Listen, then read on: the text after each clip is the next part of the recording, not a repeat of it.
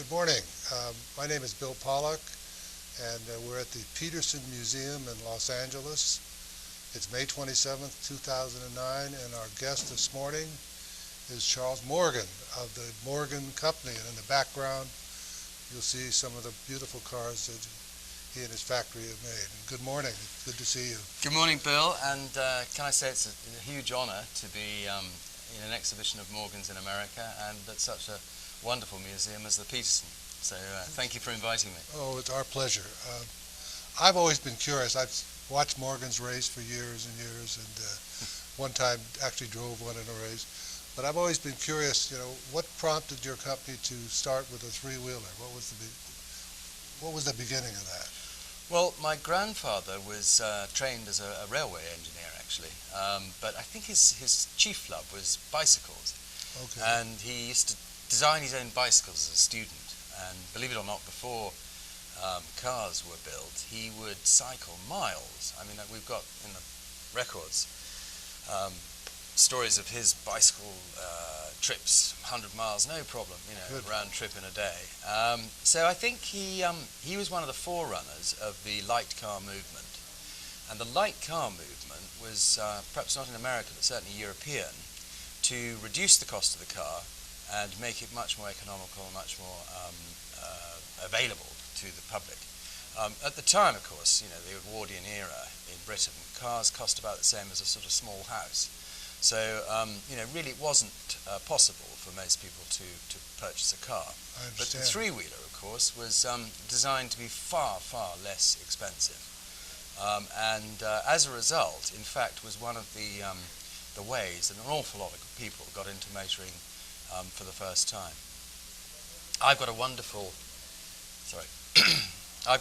postcard, in fact, which I found in my grandfather's desk, and it's about 1920 actually, and scribbled on the front of it is 62,500 miles in 2 years, 4 months. And I was looking at it, I thought, good God, that's actually more than twice around the world. Wow. And this guy probably, I know there were trains, but he probably hadn't gone further than 10 miles from his doorstep until he bought his Morgan three-wheeler in 1920. But then I thought again, and I thought, to be honest, in a normal car of the day, he probably wouldn't have been able to afford to do that at all. I mean, petrol was the equivalent of nearly £10 a gallon. And it was only because the three-wheeler was so economical that he could afford to do 62,500 miles in 2 years, I think. That's it was doing about 60 miles to the gallon. Because the tires weren't that good then. I mean, that had to be a real expedition. Quite a feat. Yeah, amazing. But I mean, the three-wheeler had its heyday, really, after the First World War in the 1920s. Is there a different tax base? Because in this country, a three-wheel vehicle is I think tax was an issue. I think it helped. I mean, obviously, all the costs were lower. The car was affordable motoring, if you like. And with a four-seater, relatively possible to sort of stick the kids in the back and go out for a trip, at the weekend. The factory in Malvern was built to make 2,500 cars a year, all of which were pre-ordered. And they were made under license, of course, in France as Diamond Morgans at the rate of, we think, about 600 a year. So the volume, I suppose, overall of the three-wheeler every year in the 20s was something like about 3,000, which made Morgan actually one of the major car producers of the day. Cars weren't in huge numbers in those days. That's right. And they certainly weren't mass-produced. I know Henry Ford had obviously built his factory, but it was still a lot of hand assembly. And up to that point, the three-wheeler was a sort of very, very popular vehicle. Of course, then comes the great crash and the depression. And looking through the records, how Morgan survived, I don't know, because the price of the car in 1929 went from 300 guineas, which was pretty profitable for the company, believe me, down to 95. And somehow the company still kept going. I wouldn't like that to happen today. No. I'm not sure I could survive that sort of drop in revenue. Good Lord. What would that be in dollars? Do you have any idea? Well, I don't know what the exchange rate was at the time, but I suppose you're talking about in the region of, in its heyday, and as a very successful car, you could command a price of about $500 for a three-wheeler, Okay. which was making the company a lot of profit. I mean, my grandfather was able to afford a couple of Phantom Rollses and a very large house on the proceeds of Morgan sales. But after the Depression, that went down to about $100. Boy, big change. So then you moved into a four-wheeler. Well, When then did I that think happen? the company sort of had a tough time in the 1930s, early 30s. Well, everybody did, I suppose, didn't they? But two things hit Morgan. One was the rise of the mass production car, the monocoque, the steel monocoque. And to be honest, they got the cost down to that, not that far away from a three-wheeler for something like a little Ford or Morris or Austin. And that was obviously a much more practical, sort of affordable car. So sales of three-wheelers really dwindled. And the company was faced with a decision. I think, it either folds or it carries on with something new. And the 4.4 came out in 1935 and was actually an immediate hit. Very original name, 4 wheels, 4 cylinders. But it immediately established Morgan, I think, as a producer of a quick little under 2-litre sports car. Now, was the 4.4, was that a passenger vehicle or was it Oh a yes, sports? two-seater sports. Two-seater sports. Sports? Okay. Very much the sort of separate wing body style that we keep as a classic almost to this day. But very much the same principle as the MG. Perhaps what singled out the Morgan a little bit was that it tended to be a little bit lighter, and it was deliberately sporting right from the word go. Whereas I think MG even then was sort of trying to put features into the car that weren't really pure sports car. But Morgan very much started with their early sports cars as cars that an enthusiast could buy, race at the weekend, and then go to work on Monday. So it was very much sort of race on Sunday, sell on Monday, or drive to work on Monday. Great days. Unbelievable. I mean, of course, the other thing about the three-wheeler, which a lot of people don't really give it credit for, was it was an incredibly fast racing vehicle. So, for example, in the 20s, they were lapping Brooklands, the hot ones, at over 100 miles an hour. I can testify. I was at Watkins Glen a couple of years ago for an MG Feet Festival, and I was racing this, or practice in this MG, and I was going, it was a 1936 model, so it was fast. I looked up in my rear vision mirror and here are 2 3-wheelers right on my tail, and about ready to pass me, and I thought, I can't let this happen. No. But Well, they're fast. I didn't realize they were that very, fast. very fast. I mean, credit to my grandfather's design, really, but I suppose the Mini achieved it, didn't it, with the Monte Carlo Rally win as a sort of semi-standard road car. But the three-wheeler was quite remarkable, really, because it was obviously ultra-light. And I was going to say, it has to You be could tune the engine. light. It was actually relatively aerodynamic. So it broke every... I mean, in the late 20s, broke every record for its engine capacity in the world, and held those records, I think, more or less up to the war. Wow.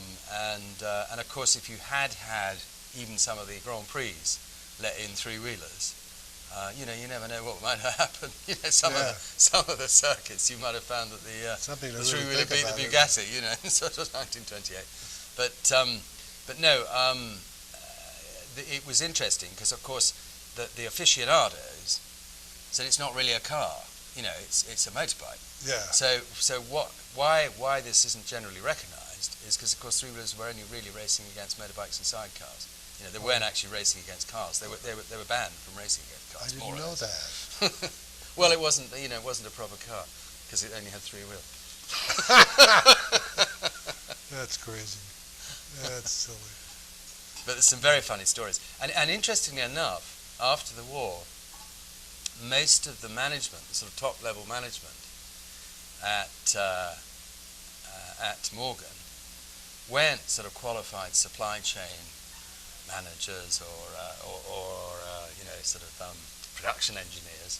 they were three-wheeler race drivers. So, you know, they had one goal, really: make the car as fast as possible at the weekend, you know.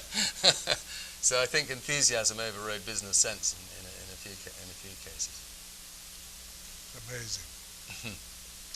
Tell me about yourself. You know, I know that you're the president, Yes. CEO, and all of that. Well, but, yes, I've got a good team around me, but I basically I'm the third generation. Okay. Obviously, my grandfather ran the company right up to the Second World War and pretty much after, till the mid-50s. He was never actually, interestingly enough, never really a management man. You know, he was very much the inventor and the He was the the self-made bicycle. man. He was the yeah, bicycle. he was the brains, you know, and he always hated the whole business of employing people. And you know, when the three-wheeler was in its heyday, the factory did employ quite a lot of people, probably more than now. I mean, now we've got 160. Then there probably was over 200. So he always used to employ a manager. My father was rather different, I think. He'd come out of the army as a captain, looking after quite large army workshops, particularly in Africa during the war. And so he had a lot of people skills. And he, I think when he joined the company, more or less immediately after the war, although he was a good engineer, was quite interested in the whole business side of it.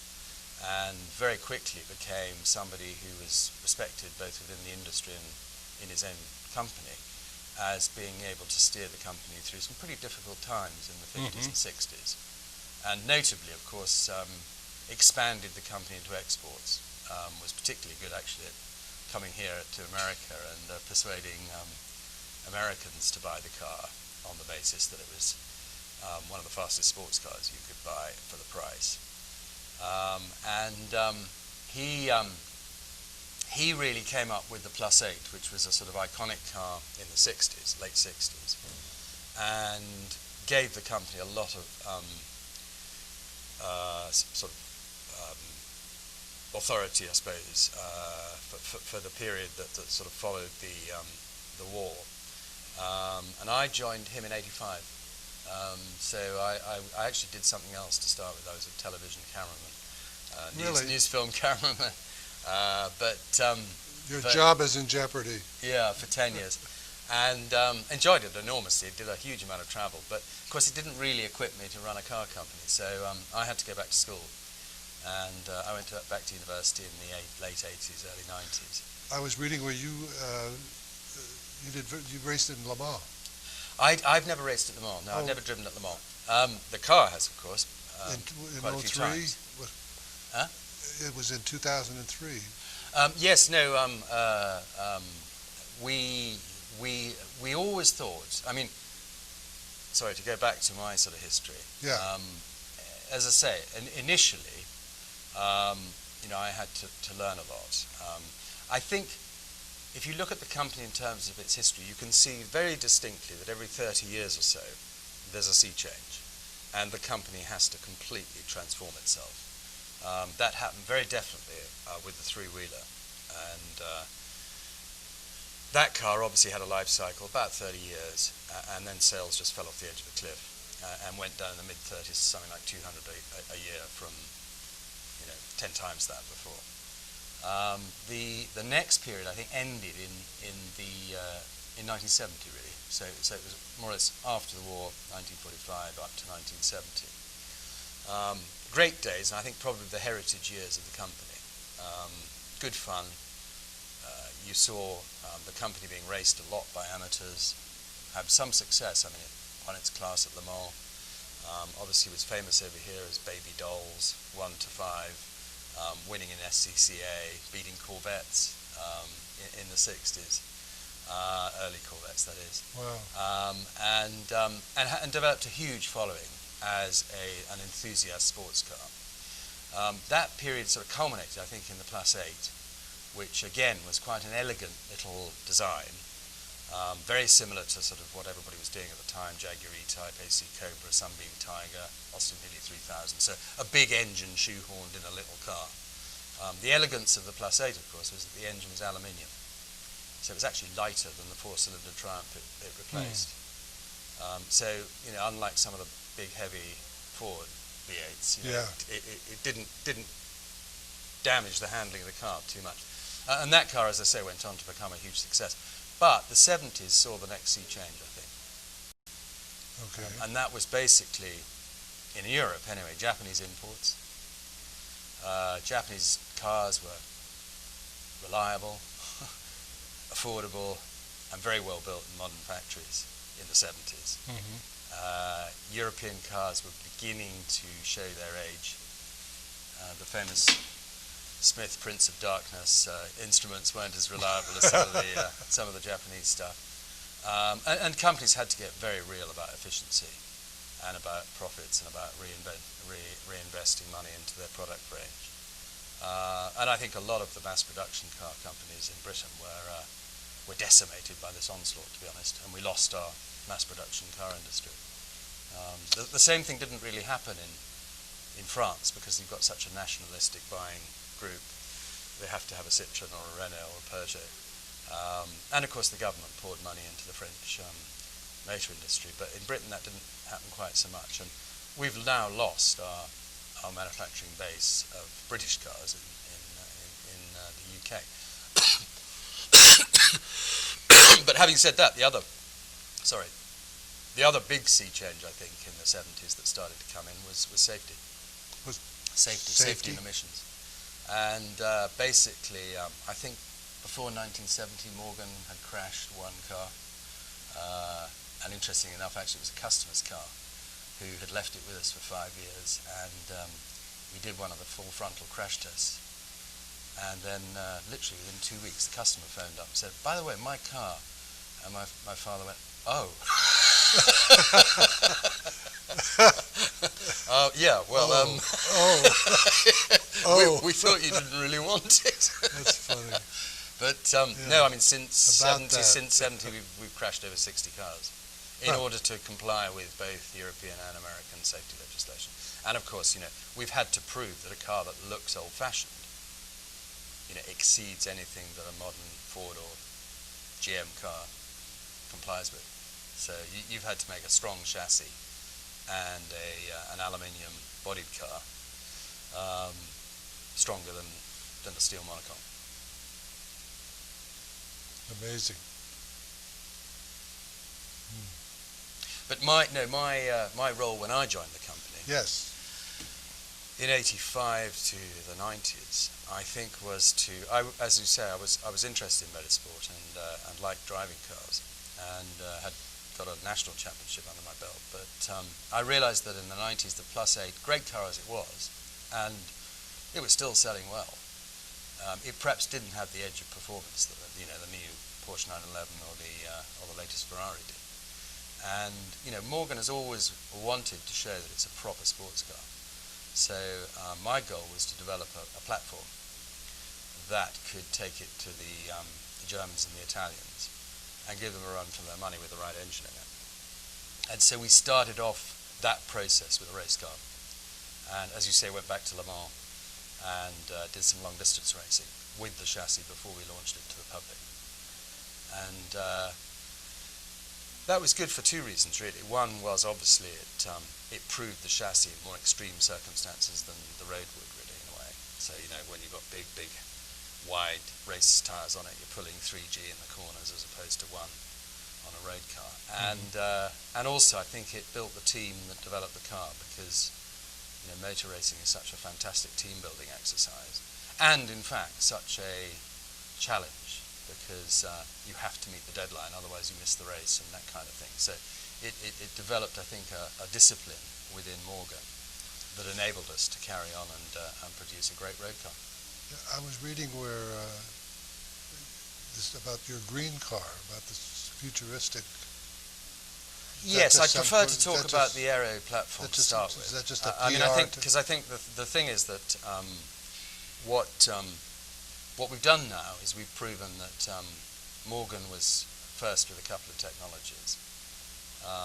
One was the superformed aluminium body.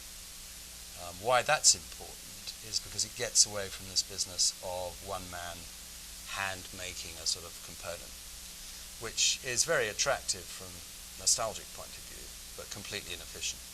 And to be honest, desperately inaccurate. Yeah. So a way around that is to do what we do now with the wings of the car and the cowl of the car, all the complex shapes, and we superform them. So we heat the aluminium and blow it into shape. And what that gives us, of course, is a very accurate car and a very perfect surface. It's how, if you look at the front of a jet engine, it's polished aluminium, isn't it? That's superformed. So you have a surface that you can just spray paint. No filler, no weight, no problems. And that was debuted actually on the classic car in '95. So tell me a little more. You heat the aluminum and to lay it over like a mold or something? Yes, there's a male mold, and then the aluminium is heated, and then air is blown into a sort of chamber, a box, and the component gradually forms over the male it's not component. So all that touches the outer surface is air. You have to be a bit careful because obviously even the air with the heated aluminium can make it very thin if it's a very sharp bend. But you release the pressure on the aluminium so it goes out to the edges, and you get an incredibly sophisticated surface, well, an A-class surface it's called, of course, which is ideal for paint. And of course a very lightweight component. And then the second thing is that the aero platform, of course, is bonded aluminium, and we went with Alcan and were the first to use their bonded sheet, which is special sheet pre-treated. And what was interesting was, I mean, in the 90s I was thinking, gosh, car glued together. Yeah. But of course now it's completely universal. And, you know, Morgan was first, but you've got the Jaguar, you've got the Ferrari California, you've got the Aston, all doing exactly the same thing in order to achieve this huge rigidity. Because what you do, especially if you have a nice overlap, is you double the rigidity of the design. It's like a sandwich? By bonding it. Well, the adhesive actually bonds the aluminium together. Oh, okay. And with the correct design, you should be able to double the sort of rigidity of something like a riveted design or a welded design. Yeah, they'll have to learn that. They'll have to start doing that in this country if they're going to meet those. Well, I mean, I suppose Corvette started a little bit. You know, the Corvette platform now is the cars. Most of our cars are too heavy. They're much too heavy. I mean, you know, that's what has been interesting about Morgan, I think. The philosophy of the company has always been, you know, keep the car as light as you can, and that goes right from the three-wheeler to the current Aero Max. And of course, what that gives you is so many advantages. I mean, it gives you fuel economy, of course. It gives you low emissions, low carbon, and of course, it gives you performance. So we like to say the Morgan is the sort of the cheetah of the car industry, rather than the rhinoceros.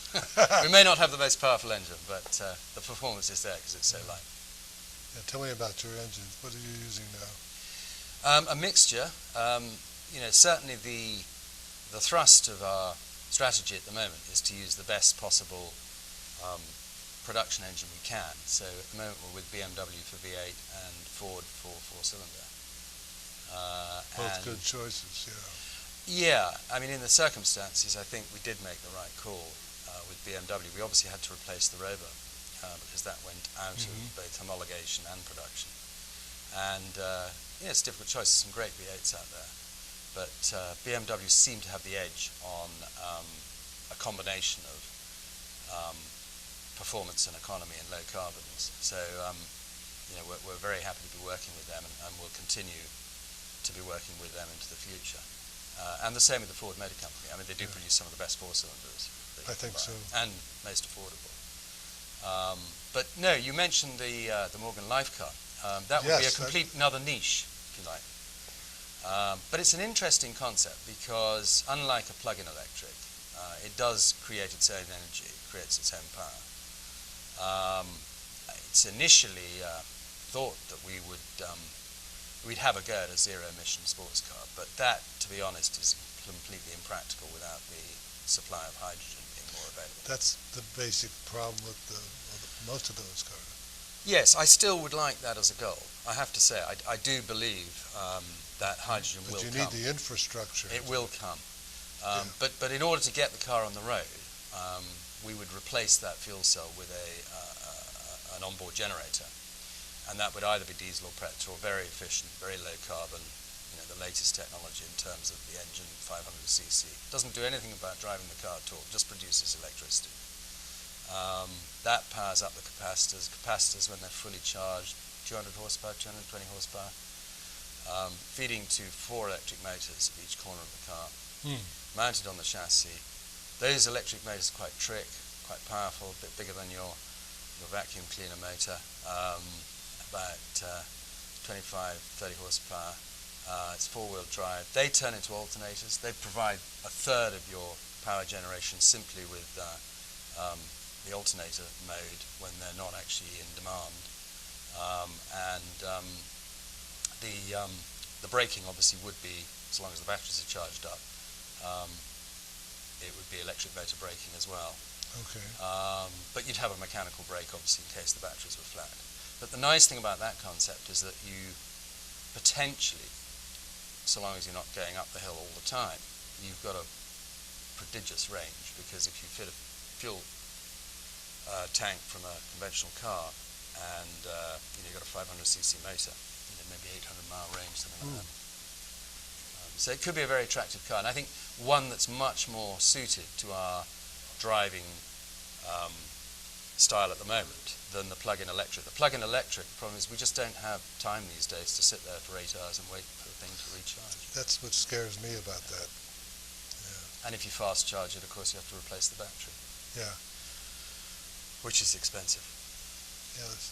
I suppose the solution is a breakthrough in battery design for something. Well, yeah, that could help. I mean, I think for a city car, it makes some sense. Yeah, 60, something with a 80 replacing or 90 the batteries, mile for instance, every time, rather than actually charging them.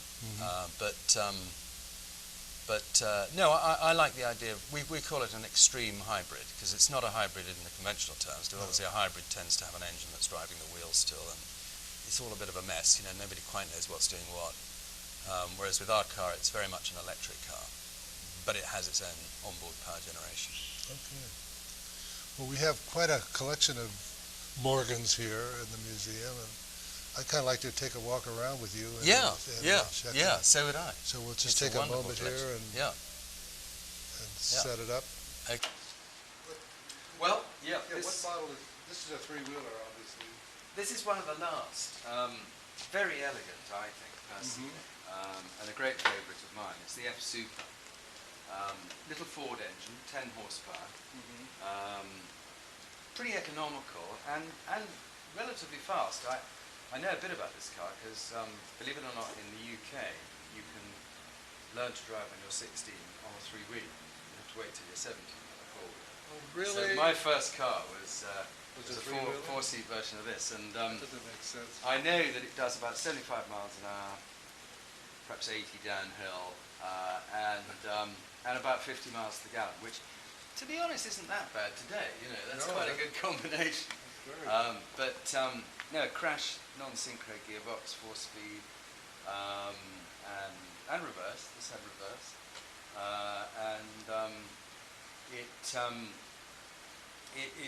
it's a great car, really, except that you do sort of miss the 4th wheel a little bit, because this isn't quite as well balanced as the early Jap engine car. And the reason for that is that the early Jap engine car very cleverly has the engine in front of the axle, and then the weight of the driver behind, and the two more or less balance each other out. When you say Jap, you mean the JAP? The twin, motorcycle. the Harley type twin. Yeah. Okay. If we have one here. Yeah. I've always been curious, what happens if you're in a high-speed curve, let's say? Yeah. Does that rear wheel tend to let you drift out? Oh yes, I mean the car will drift. It's very low centre of gravity. The balance is pretty good, and particularly the Japs, hang the tail out, you can drift sideways. It's exactly the same situation as a 4-wheeler. The thought that the business of this tipping over is completely erroneous. No. If the 2 wheels are in back and the 1 wheel in front, then you're going to drop. Exactly. So this is an elegant little convertible. Yeah, this is a coupe, sort of mid-60s really. very, very elegant car. Perhaps one of the most elegant Morgans in some ways. It's such a sort of compact design. Very popular in America. Very popular in America. Relatively comfortable. I think this is about a 63, isn't it? Or is it a... Yes, 63. You know, you've got quite a bit of weather protection. You've got glass side windows, admittedly sliding rather than winding. Slide up and down?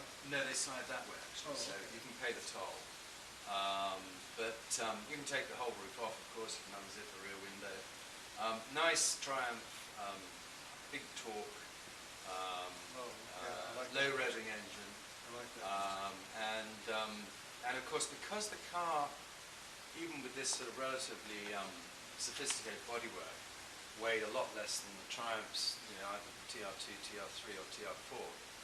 This car would out-accelerate all of them, and to be honest, you know, the looks belie its performance. It's much faster than it looks. I think it's beautiful. This is a bit pre to that. This is sort of mid-50s. This car, interestingly, is one of the very early what we call cowled radiator cars. Basically, Morgan's is well known for its flat radiator, or was in the early 50s. And to be honest, that does have a certain elegance about it. I mean, of course, all the great cars of the 1930s had a wonderful chrome radiator out the front. The Duesenbergs, the Bentleys, Mercedes. In the 60s, in the 1950s, though, of course, that was desperately unaerodynamic. So everybody had to sort of try and make cars a little bit more slippery going through the air. And Morgan's solution was to cowl in the radiator, which, you know, to some people didn't look right. For my way of thinking, actually it's quite an elegant design. And this particular car is very, very original, early cowled-in radiator car. Drawn entirely by my grandfather, Harry Morgan. So he was the designer as well as the engineer. He would do the drawings of the cars as well as the engineering. As I say, he was never a great I'm going to have to read manager. about your grandfather. I'm a bicycle enthusiast. Yeah. For years. He could draw beautifully, actually. He was one of the few people I know who could combine, well, so obviously Bugatti is another, but he could combine beautiful line drawing with good, solid engineering. And that's a rare combination. I was going to say that. What do we have here? Well, you have here, I think, one of the most sophisticated classic Morgans. It's a four-place, +4 coupe. Pretty rare. I would think less than sort of 100. 51, sorry. 51 build. 51 build. 51 build? Yeah. So it's even rarer than our Aero Max that we built last year. But no, this is a supercar and a great favourite of my grandfather. My grandfather actually is, because he made so much money out of the three-wheeler, was quite a car aficionado and had Rolls Royces and Bentleys. And I think as a result, always wanted to produce a Morgan that had some of the comfort of his Bentley. Yeah. And this car definitely did have a little bit of that, but obviously combined with very much a usable everyday sports car. And he used to drive, actually, he didn't live in Morgan where we built the cars. He lived about 100 miles away down in Maidenhead near London. And every week he would drive backwards and forwards from Maidenhead to Morgan in one of these. Fun car. And of course it's got the suicide doors, the famous suicide doors, which sadly I still like. And of course, you know, for somebody with with legs that don't bend very easily as the older we get, it's so much easier to get in the car. Yeah, it's perfect. It's the ideal way to get in and out of it. Absolutely. Yeah, This that was a step backwards. Fascinating. Yeah, this is Peter, this is my father. Basically in the 60s, the early 60s, thinking that the car, you know, the classic shape really had reached the end of its life. And so he produced this car, the +4 Plus, to give Morgan another type of vehicle. Don't forget, this is the time of the sort of Lotus Elite, the Jaguar XK150, before the E-Type, But cars were getting quite aerodynamic, and this is Morgan's version. I think is a great looking car, actually. I have to say, and it's one of the better looking early 1960s British sports cars. But it just didn't sell. Only 26 were sold, and I think the reason for that was twofold. One was that people still liked the classic Morgan, particularly in America. The classic Morgan was selling well in the 60s in America, and. Is this a major market for you? It was then. I mean, it isn't right now, but it will be again. And there's huge recognition of Morgan in America, in particularly the sports car world. But and we want to build on that in the future. But no, this car. The other reason I think it didn't succeed was because it was made of glass fibre, of course, and just like the Lotus and the Reliant at the time, this is a particularly good quality glass fibre. It's a very, very thick car, very strong car. Absolutely. But of course that was against the sort of principles, if you like, of the law, being an aluminium car with a wood frame around the cockpit area. So, to an extent, the workers themselves rejected this car because they could see their jobs going out of the window if all cars became glass fibre, and that they would have to become What do I do with my leg? Yeah, well, exactly. Or how do I make a piece of it? Well, this is a beauty. Well, this is a typical Plus 8, mid period of Plus 8. The Plus 8 had a wonderful, successful life. I mean, believe it or not, it had a longer life cycle than 30 years, which is odd. Most products, the iPod, everything, if it goes 30 years, you're very, very lucky. This actually went 35. More or less unchanged in terms of its architecture and concept. And I think we built 12,000 in the end. Really? Yeah, in total. Nearly 12,000. It's a great car. It's a great combination of aluminium V8, lightweight chassis, it's got aluminium bodywork almost. Got a little V8 in it? Little low capacity V8. It's a 3.5 litre originally. It did actually eventually get up to 4.6, but originally it was 3.5. It's the Buick, actually. It's the Buick. 3.5 would be plenty. Yeah. No, I mean, the early car, the very first car built in 1968, was the fastest accelerating sports car you could buy for money, without a shadow of a doubt. It's much faster on acceleration than the E-Type. Not top speed because of aerodynamics, but many people bought them. Mick Jagger, Peter Sellers, all the car people bought them because it had the performance.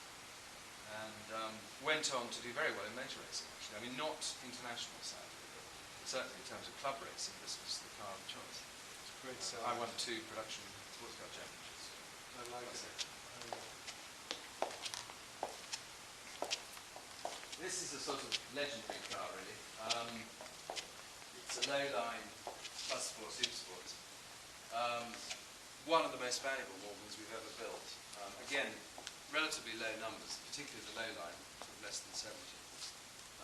But this car was built in direct result after the 1962 class win at Le Mans, which was a sort of historic win for Morgan because at the time Porsche, Arbath, Simca were building out-and-out specialised race cars to win that particular 2-litre class at Le Mans.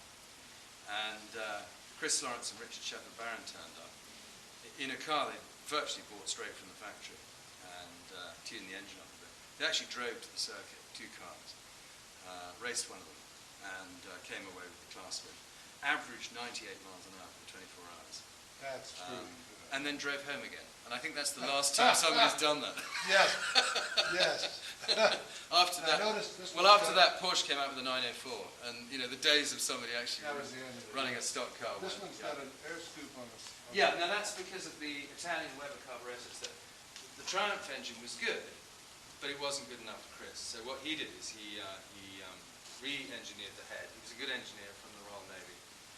He re-engineered the head of the engine and put very large downdraft Weber carburetors on, which really sucked in the air and the petrol. To be honest, the economy of this car was not as good as the standard Plus 4, but he got about 150 horsepower. This is the same model, but it's... No, this is actually a homage. So this is a bit of a cheat. The last plus 8s were built as an homage to Morgan's race history. Okay. It's a bit of a cheat because obviously this never raced in well, but as you see, the colour scheme's identical. Yeah, I was going to And it was really to celebrate the anniversary, if you like, the 40th anniversary of the Le Mans Class Wing, that we built 100 of these cars. And as limited editions go, it taught us, in fact, that if you do make a car in a limited number, you can pretty much sell them very quickly. So this has got us into the business of making limited editions. This is again a late plus 8, but you could almost call that the current model actually, because we do still make this car with a V6 Ford engine and call it the Roadster. This is very similar to a current Roadster. It's a car that you can specify very much to your own choice of trim and colour. So one of the things about a Morgan is that you find if you see a lot of them grouped together, that they're all slightly different colours. Because to be honest, I think we paint them in over 80,000 different colours, or even more than that, 90,000 now. 80,000? Yeah, so you can come to the factory Oh, and decide exactly what colour you want, and you can specify the trim. you match my wife's eyes. Yeah, we can do that. But that's the joy of building a custom sports car. Well, this is the sort of interim model. This is not quite the first era. This is about Series 2, I suppose. I think at this point in time, we are searching for a design language that is aerodynamic and efficient, but also has Morgan written all over it. And to be honest, as a small company, we couldn't really afford a full house team of design and engineering. That's understood. And we tended to concentrate in the early days of the Aero platform on the engineering. So this has the bonded aluminium chassis, it has the latest BMW engine V8 of the time. It has, cruise control, and power steering, and all the bells and whistles, ABS braking. But it still looks very retro. And it wasn't really until we built the Aeromax, which sadly isn't here, that we got confident with our own design language. And So this was an interior design? this is all our designs are our own. Okay. We don't go to Italy and say, Pininfarina, design the next model. We like to do it ourselves. But I mean, I actually sort of drew the first area because I like drawing cars. And I think I realised sort of fairly early on that you need a professional, trained person in order to get the surfacing right and the proportions correct. And so we now have a team of only three people working entirely on the surface of the car with the latest technology, with computerized technology, alias, all the software they need in order to simulate cars. This must be... This is a relatively recent Aero 8, much like, I'm not building it quite like this at the moment.